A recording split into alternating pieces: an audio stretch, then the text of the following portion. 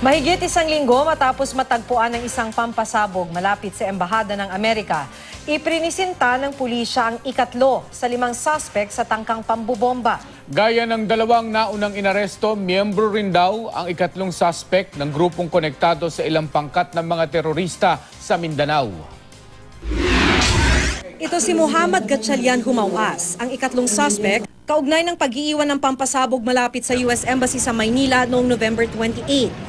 Iprinisinta kanina ng PNP si Humawas matapos maaresto nitong December 3. Ayon kay NCRPO Chief Director Oscar Albayalde, naaresto ang suspect sa isang ospital sa Bulacan, kung saan siya nagtatrabaho bilang isang X-ray technician. Sa bayan din ng Bulacan, naaresto si Kilala noong November 30. Inakala raw ni Humawas na tapos na ang operasyon ng pulisya. Matapos maaresto ang dalawang kasamahan niya na sina Jaher Ginar at Raison Kilala alias Rashid. Akala niya wala nang follow-up operation, that's the time na kukunin niya sana yung kukunin niya yung mga gamit niya doon sa hospital and he's about to flee, no? Doon na siya nakuha ng ating mga operatiba. Ayon sa PNP, si Humawas at ang kanyang mga kasamahan ay 4 na taon ng miyembro ng grupong Ansar al-Khalifa Philippines na konektado raw sa Abu Sayyaf Group, Maute Group at BIFF sa Mindanao.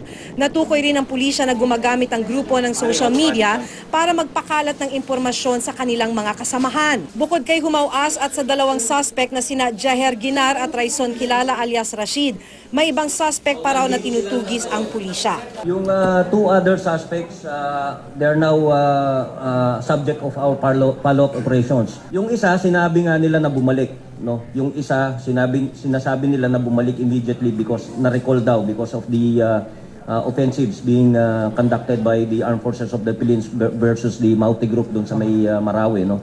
Pero yung isa, we believe na nandito pa sa either dito sa NCR or nearby provinces.